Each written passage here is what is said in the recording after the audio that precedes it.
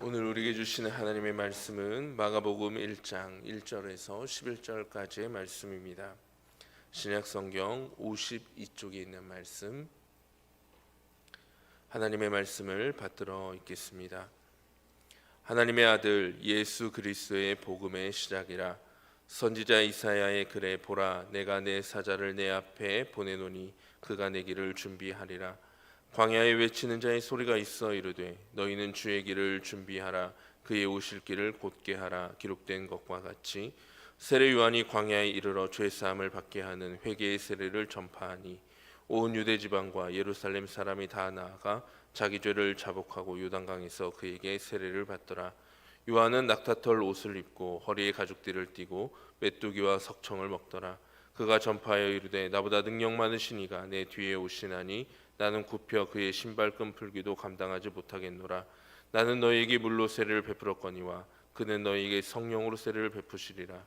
그때 예수께서 갈릴리 나사렛으로부터 와서 요단강에서 요한에게 세례를 받으시고 그 물에서 올라오실새 하늘이 갈라짐과 성령이 비둘기같이 자기에게 내려오심을 보시더니 하늘로부터 소리가 나기를 너는 내 사랑하는 아들이라, 내가 너를 기뻐하노라 하시니라. 아멘. 이 마가복음은 첫 번째 복음서죠. 보통 그렇게 다 인정을 합니다. 네 권의 복음서가 있지만 그 가운데서도 요한복음서는 다른 복음서 마태, 마가, 누가와는 달리 요한복음서는 특별한 복음서, 초월적인 복음서 이렇게 얘기를 하고, 공간복음서 마태, 마가, 누가 가운데서도 이 마가복음서는 첫 번째 복음서로 알려져 있습니다. 오늘 음력으로 이제 명절, 구력으로 초하루, 초이틀째죠. 맞이하면서 우리가 이 마가복음서 첫 번째 복음서의 첫 장을 읽었습니다. 그리고 이 첫 장을 통해서 하나님이 도대체 무엇을 말씀하고자 하시는가 하는 것을 우리가 같이 잠시 나누고자 하는 겁니다. 먼저 이 마가복음서를 누가 받았을까? 마가복음서의 배경, 그때 당시에 이스라엘, 팔레스타인 지역은 어떤 정국에 있었나 하는 것을 먼저 알아볼 필요가 있죠. 나라는 있었지만 주권은 없었어요. 로마 제국의 관할하에 있었습니다. 왕은 있었지만 소위 말하면 월급사장 같은 존재죠. 로마 황제의 명령과 지시를 따라야 했어요. 총독도 파견돼 있었고요. 그리고 사회적으로 보면 여러 가지 분파들이 나뉘어져서 서로 물고 뜯고 싸우는 이런 일들을 했습니다. 영적으로 보면 지난 400년, 오늘 이 마가복음서가 저술되기 전에 한 450년, 60년, 그 정도 어간에 무슨 일이 있었을까요? 그 어간은 소위 말하면 아무 일도 없었습니다. 어떻게 아무 일도 없었느냐? 영적으로 선지자도 없고 영적인 지도자도 없었어요.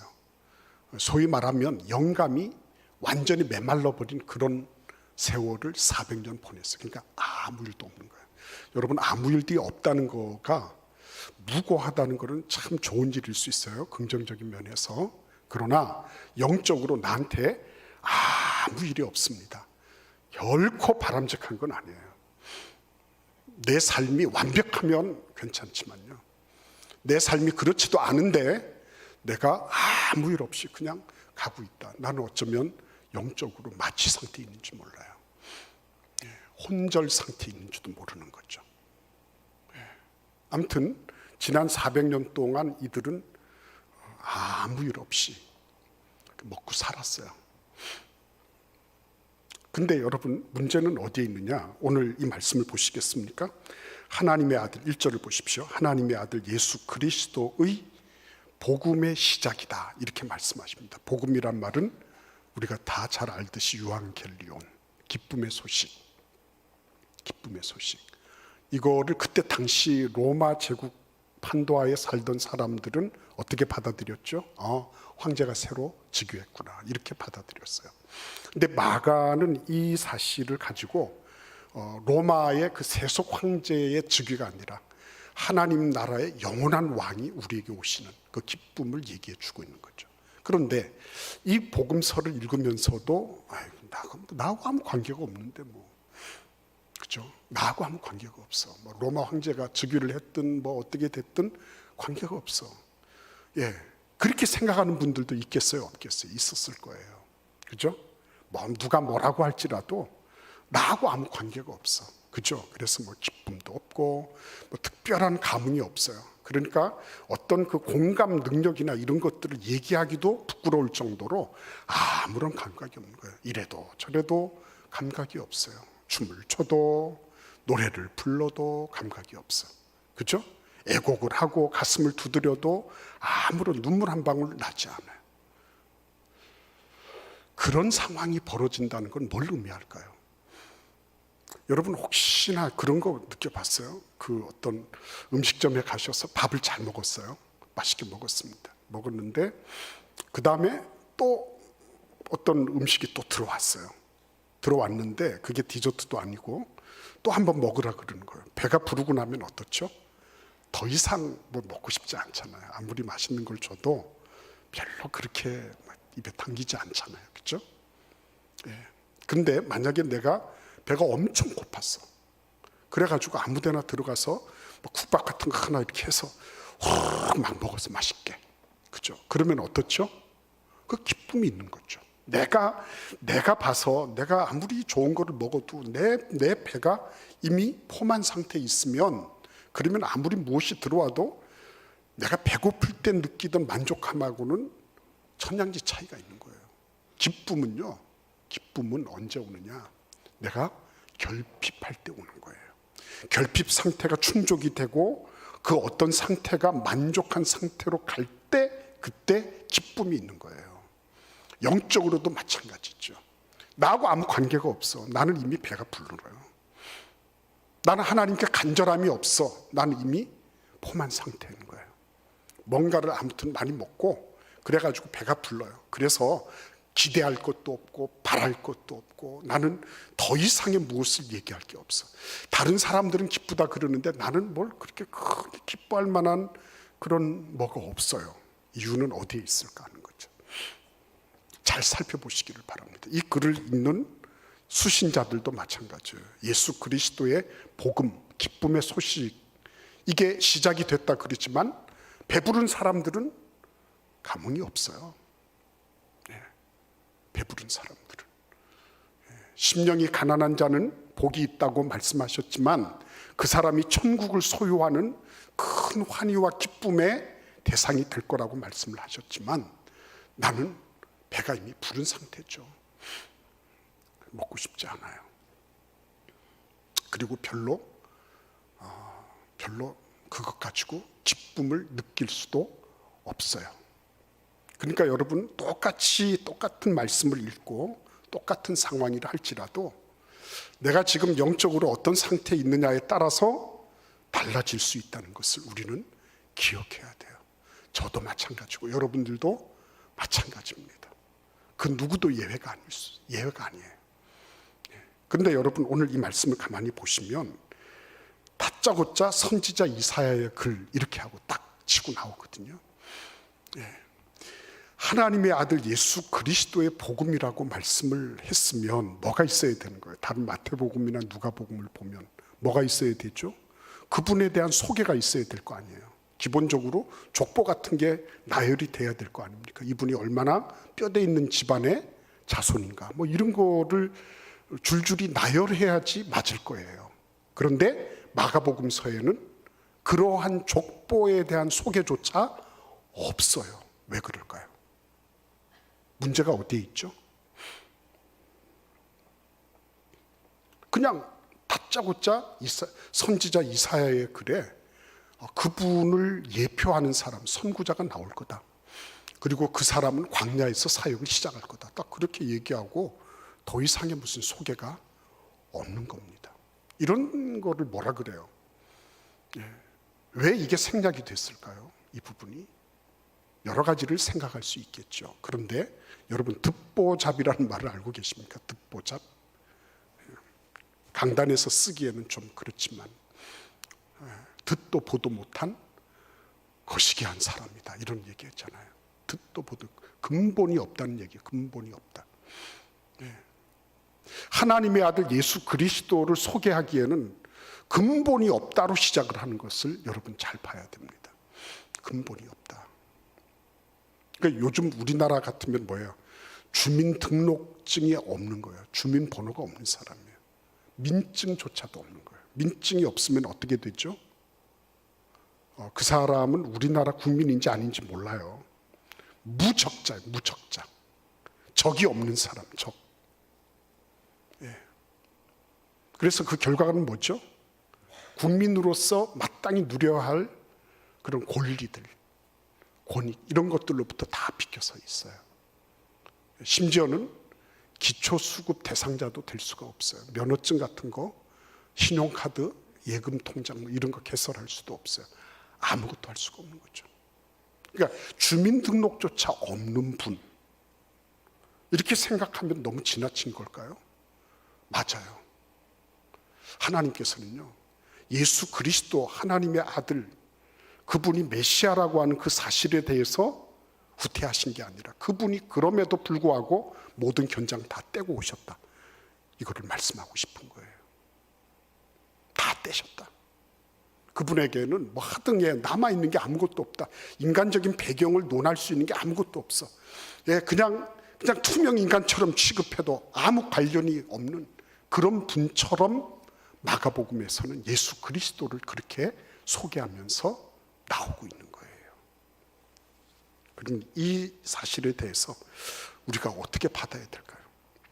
이 편지를 보고 있는 이들은 어떻게 이것을 이해할 수 있었을까요? 여러분, 오늘 이 말씀 속에서 하나님이 딱 그때 당시의 수신자들에게나 오늘 우리가 이 글을 읽으면서도요, 똑같이 하나님이 말씀하기를 원하시는 한 가지가 있습니다. 오늘 여기 보시면 다른 거 말씀하고 있지 않아요. 선지자 이사야의 글에 보라, 내가 내 사자를 뇌 앞에 보낸다. 그가 뇌 길을 준비할 거다. 광야에서 외치는 자의 소리가 있어서 그 소리가 말하기를 너희는 주의 길을 예비하라. 그의 오실 길을 곧게 하라. 이렇게 선포할 것이다. 그렇게 말했습니다. 그리고요, 바로 4절에서는 뭘 얘기하죠? 누가 등장하고 있습니까? 세례 요한이라고 하는 분이 등장하고 있는 것을 보는 겁니다.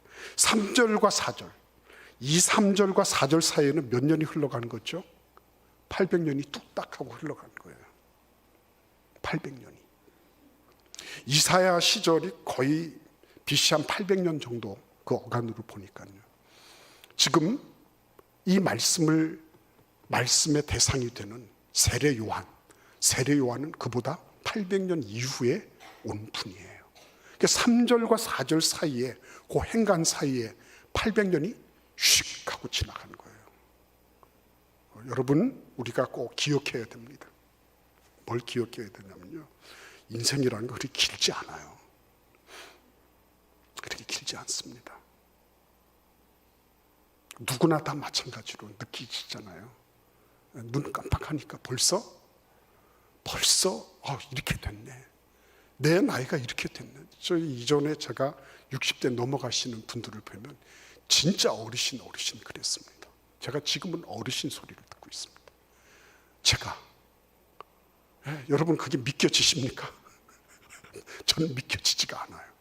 근데 제가 지금 그 소리를 듣고 있어요. 저는 그 소리는 저 누구 어르신들 다른 분들에게만 적용되는 줄 알았어요. 근데 제가 지금 그 소리를 듣고 있어요. 아버님이라는 소리는 예사로 들어요. 근데 웬만한 아이들은 저를 보고 할아버지라 그래요. 저는 그거를 말도 안 되는 소리라고 말하고 싶지만 걔네들은 저를 할아버지로 그렇게 인식을 하고 있는 거예요. 이렇게 될 줄 누가 알았겠습니까? 순식간이거든요.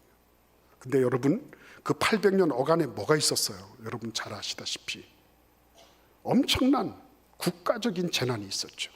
남북 이스라엘이 다 망했죠. 바벨론으로 끌려갔다가 다시 돌아왔죠. 그죠? 그 아수르에서 짓밟히고 그리고 막 형편없는, 그죠? 그런 삶을 살고, 그리고 사회적으로, 민족적으로, 영적으로 완전히 밑바닥이었죠. 완전히 밑바닥.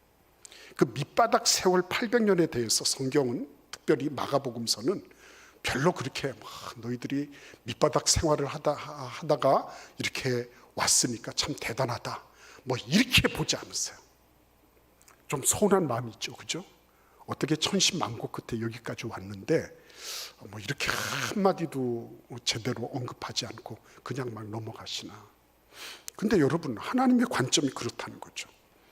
우리는 막 거기에다 목숨 걸고 막 애고 패고 죽을 똥 살 똥 모르고 이거 아니면 안 된다고 생각하지만요, 하나님의 관점에서는 그런 거는 슉 넘어가도 관계없는 거예요. 슉 넘어가도. 내가 얼마나 엄청난 일을 했고, 얼마나 대단한 재물을 끌어모았고, 얼마나 높은 위치에 권력을 휘두르며 살았는지, 여기에 대해서 뭐 하나님께서 그거를 일일이 적으시고 기억하셔서 너는 이런 존재였구나, 고개를 끄덕이시고 이러시지 않으셨죠. 너는 자연인으로서 먹고 살다가 왔구나, 그렇게 하시겠죠. 그러니까 이 3절과 4절 사이에 선지자 이사야의 글에 시작된 이 말씀이 4절에서 바로 세례 요한으로 이어지고 있는 이 말씀, 이 급간이라고 하는 것은 우리로 하여금 그래요, 천년이 지나간 하루와 같다. 아멘, 그렇습니다. 하나님, 내가 1000년을 살고 지고 한다 할지라도 하나님의 관점에서는 그거는 어젯밤 하루와 같은 거죠. 잠시 눈 한번 뜨고 감고 뜬 것 한 순간일 수도 있는 거죠. 그런 세월 속에 하나님이 이 놀라운 일들을 해주셨다는 거예요. 800년의 세월이 그냥 아무런 무엇도 없이 행간 속에 싹 사라지고, 그리고 지금 4절을 우리가 만나는 거죠.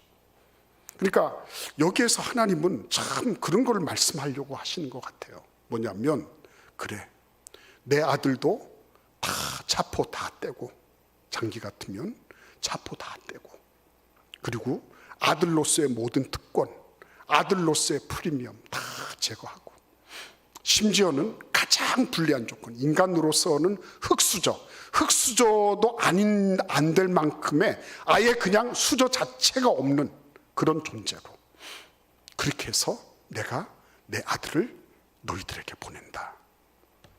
너희들도 참 힘들고 어려운 그런 조건 속에 허덕이고 실망하고 좌절하고, 그리고 곤토 중래하면서 여기까지 왔겠지만, 그러나 내 아들을 봐라. 내 아들에게 너희들이 기대할 만한 게 뭐가 있니? 다 뗐는데, 하나도 남은 게 없는데, 무엇 하나 기대할 만한 게 아무것도 없는데 내 아들에게 무엇을 구하니? 이 말씀을 지금 하고 있는 거거든요. 우리도 마찬가지 아니에요. 네. 여러분, 요즘과 같은 이런 경제적인 난국에서는요, 뭘 하나 한다는 게 힘든 거예요. 코로나 지나고 나면 좀 괜찮을 줄 알았잖아요. 근데 전 세계, 전 글로벌 경제 자체가 이 전쟁이 두 군데서나 나고 이런저런 것들 때문에 이렇게 어렵고 힘든 상황이 됐어요. 더더군다나 인구 절벽 같은 이런 얘기들은 우리가 언제 상상이나 한번 해봤겠습니까? 인구 절벽이 온대, 그런 소리나 하고 있었지.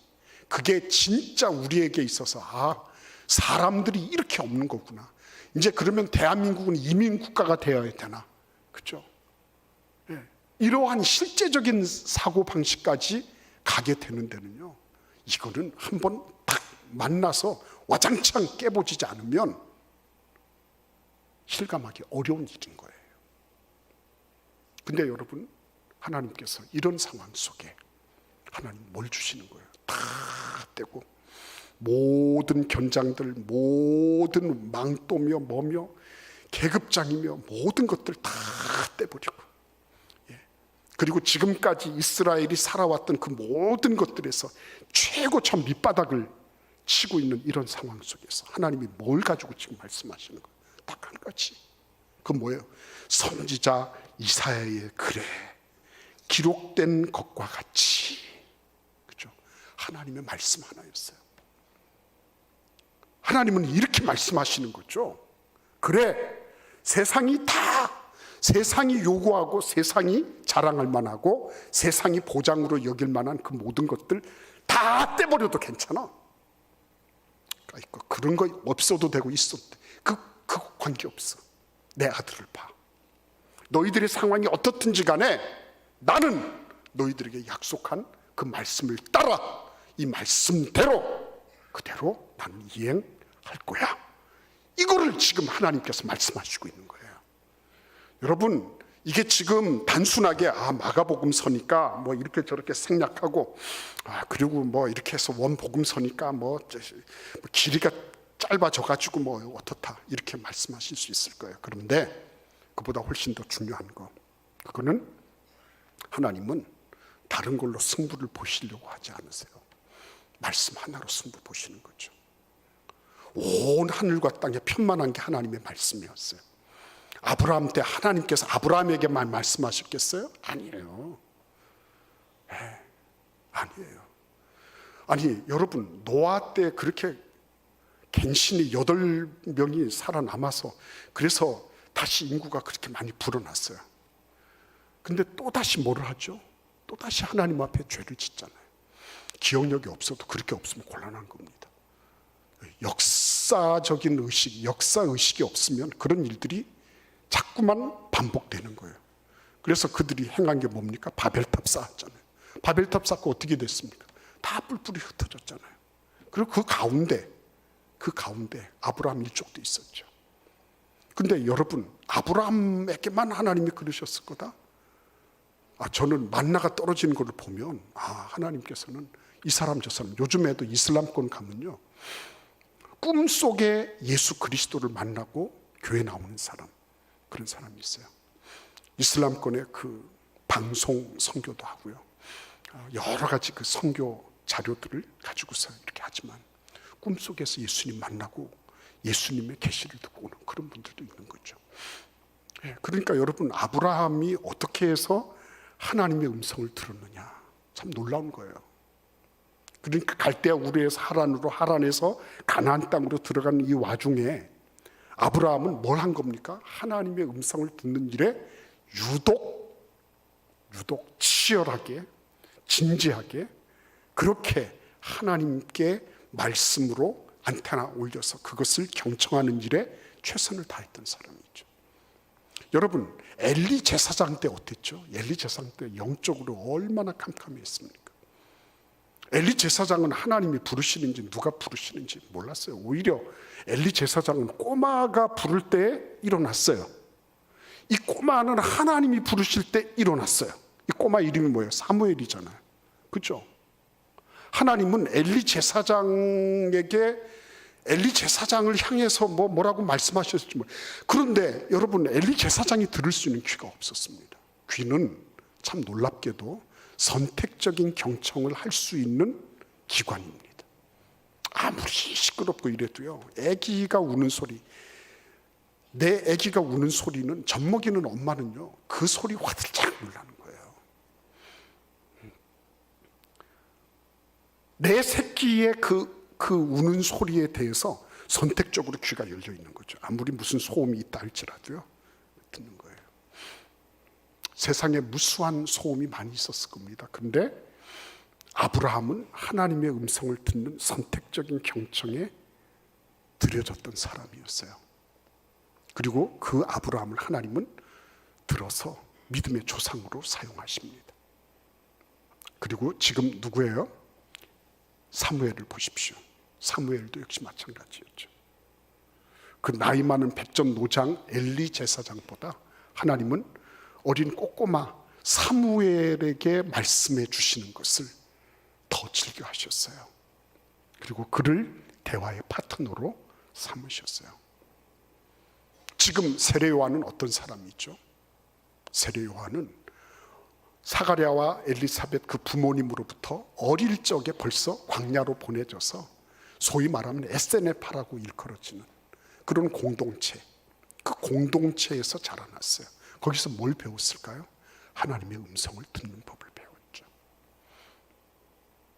하나님의 음성을 듣는 하나님의 음성에 선택적인 경청을 할 수 있는 능력을 지니는 거. 이게 하나님께서 지금 마가복음서에서 예수 그리스도의 모습이 전혀 드러나지 않은 가운데, 그리고 예수 그리스도를 반길 만한 그런 상황이 전혀 아닌데도 불구하고 하나님께서 이 말씀을 복음으로 제시하시는 그런 배경이 된 거예요. 왜 복음이 복음입니까? 아, 그렇구나. 말씀 하나 있으면 되는구나.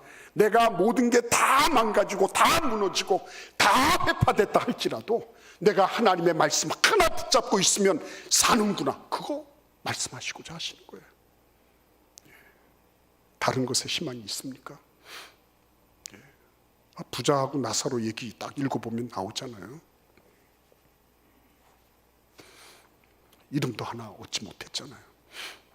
하나님은 그냥 부자로, 그 사람 돈 많은 사람으로 치부하셨지, 그 사람을 어떤 아무개로 그 사람의 정체를 말씀하지 않으세요. 인간에게 주어졌던 첫 번째 임무가 뭐예요? 동물에게 이름 붙이는 거 아닙니까? 근데 하나님은 그 부자에게요, 이름도 하나 안 주셨어요. 두려우신 분이죠. 내 인생 살아가는 것에 대해서 사람들이 어떻게 평가하고 판단을 하는 거, 그건 모르겠어요. 그러나 중요한 거는 하나님은 내 이름을 아시고, 하나님은 나를 머리끝 하나부터 모든 세포 하나까지 다 창조하신 나의 창조주시고, 나를 억만 죄악에서 구원하여 주신 나의 구원주시고, 그리고 나의 모든 것들에 대해서 마지막으로 심판하실 심판주가 되시는 알파와 오메가가 되시는 분이시다. 그렇죠? 그 기반 위에 우리는 지금 존재하고 있는 거죠. 그래서 여러분, 말씀 하나를 붙잡고 가는 거예요. 그래서 여러분 어떻게 됩니까? 이사야의 글에서는 굉장히 범주가 넓었어요. 누가 누군지 몰랐습니다. 그런데 800년 지나고 나니까 어떻죠? 800년 지나고 나니까 광야에서 외치던 사람, 그 사람이 바로 세례 요한이었구나, 딱 나왔죠. 그리고 세례 요한이 드디어 사역을 하기 시작합니다. 한번 같이 읽어볼까요? 5절을 한번 같이 읽어보겠습니다. 세례 요한의 사역을 한번 읽겠습니다. 온 유대 지방과 예루살렘 사람이 다 나아가 자기 죄를 자복하고 요단강에서 그에게 세례를 받더라. 아멘. 여러분, 온 유대 지방, 예루살렘 사람이 다 나아갔다 그랬습니다. 어마어마한 반향을 일으킨 거죠. 그러니까 세례 요한을 보면서 그 사람들은요, 소위 말하면 대조되는 인격을 만난 거예요. 내가 이렇게 살아서 안 되겠구나. 내가 뭔가 이렇게 찝찝해서 이렇게 했으면 안 되겠구나. 가서 세례 요한에게 세례를 받고 내 모든 죄를 깨끗하게 해야 되겠구나. 그런 다급하고 절박한 마음을 가지게 되는 거예요. 대단한 인물 아니겠습니까? 그렇죠? 근데 여러분, 세례 요한이 만약에 여기에서 그쳤다면 세례 요한은 절반의 성공을 한 사람이 됐을 거예요. 근데 그가 이렇게 전파합니다. 7절과 8절을 한번 같이 읽어보겠습니다. 그가 전파하여 이르되 나보다 능력 많으신 이가 내 뒤에 오시나니 나는 굽혀 그의 신발끈을 풀기도 감당하지 못하겠노라. 나는 너희에게 물로 세례를 베풀었거니와 그는 너희에게 성령으로 세례를 베푸시리라. 아멘. 여러분, 꼭 기억하시길 바랍니다. 저도 기억하고요, 여러분도 기억할 수 있기를 바라요. 그 사람의 사역이 얼마나 되고 그가 얼마나 큰 영향력을 끼쳤는지 몰라요. 그러나 가장 중요한 건 뭐예요? 그의 생을 통해서, 그의 사역을 통해서 예수 그리스도가 증거되는 거예요. 세례 요한에 있어서 최고의 절정은 그가 얼마나 많은 사람을 끌어모았느냐가 아니라 그를 통하여서 예수 그리스도가 얼마나 전파되었는가 하는 거죠. 저는 그래서 예수님을 그 삶의 자리에서 증거하는 분들 진짜 존경합니다. 그 삶의 자리에서 당신을 보니 나도 예수 믿어야 되겠어. 당신이 하는 것을 보니까 나도 예수 믿는 것에 대해서 관심을 가지게 됐어. 나 좀 인도해 줘라. 이러는 분들 존경하게 됐어요. 그러니까 여러분, 그 세례 요한에게 있어서 자기 자신이 얼마나 대단한 존재인가가 아니라 예수 그리스도가 얼마나 대단한 분이신가. 예, 그분에게 있어서는 내가 신발끈을 풀기도 감당하지 못할 정도로 감히 우러러 볼 수도 없을 정도로 그렇게 위대하신 분이 바로 예수 그리스도다 라고 말씀하고 증언하고 있는 거예요. 그러면 예수님이 짠하고 나타나시면 좋았겠죠. 예? 근데 예수님이 짠하고 안 나타났어요. 어디에 계신가 한번 찾아보겠습니다. 9절 말씀을 우리 같이 한번 읽어보겠습니다. 9절입니다. 그때에 예수께서 갈릴리 나사렛으로부터 와서 요단강에서 요한에게 세례를 받으시고 그랬습니다. 이 줄이 어떤 줄이에요? 원래 이 세례를 받는다 이럴 때는요, 주경학자들은 이렇게 얘기합니다. 이 세례라고 하는 거는 이방인들이 유대교로 개종을 할 때 하던 그런 의식이라는 거예요. 그런데 세례 요한은 그거를 받아가지고 유대인들 너희들은 뭐 문제가 없냐? 유대인들 너희들의 죄를 씻는 의식으로 이 세례를 새롭게 재번역한 거예요. 재해석한 거예요. 그래가지고 모든 거기 보시면 세례 요한이 광야에 이르러 4절에 보시면요, 죄 사함을 받게 하는 회개의 세례를 전파했다. 그래서 온 유대 지방과 예루살렘 사람이 다 나와서 그에게 죄 씻음 받는 회개의 세례를 받은 겁니다. 그런데 예수님이 지금 어디에 계신 거예요? 9절에 보시면 요단강에서 요한에게 세례를 받으셨다 그랬습니다. 이 얘기는 무슨 얘기죠?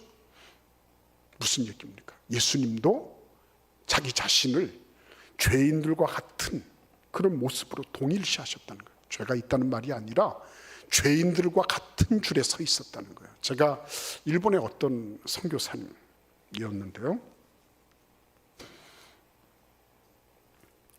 어떤 연유로 해서 보건소에 가서 그 무슨 요즘 같으면 보건진료소에서 발급하는 증명서를 받아가지고 와야 되는 그런 입장이 된 겁니다.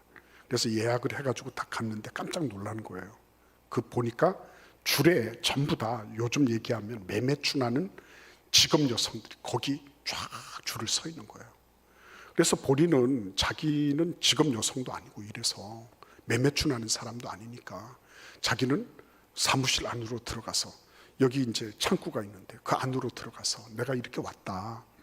나는 이 사람들하고 관계가 없는데 나를 좀 빨리 좀 이거 처리해 달라 이랬더니 그 직원이 얼굴을 딱 굳히면서 아니다. 당신 저 뒤에 가서 서라. 그러더라는 거예요. 그래서 아니 나는 매매춘하는 사람이 아니라니까 매매춘 하건 안 하건 그 뒤에 가서 서라. 그래야지 질서가 잡히는 거다. 뒤에 가서 서 있는데요. 막 얼마나 불편한지. 얼마나 불편한지. 억울하기 이를 데가 없고 나는 이런 사람들하고 아무 관계가 없는데 나를 줄 세워놓는 저 직원도 너무 믿고 막 이런 거예요. 우라통이 터져 오르는 거예요. 왜 죄도 없는데 나를 이렇게 하냐고. 근데 그때 하나님께서 말씀을 주신 겁니다. 이 말씀을 주신 거예요. 내 아들을 봐라. 내 아들을 봐라. 내 아들이 무슨 죄가 있었냐. 내 아들이 무슨 범법할 만한 뭐가 있었냐. 근데 그 아들을 하나님께서 그 줄에 세워놓으신 거예요.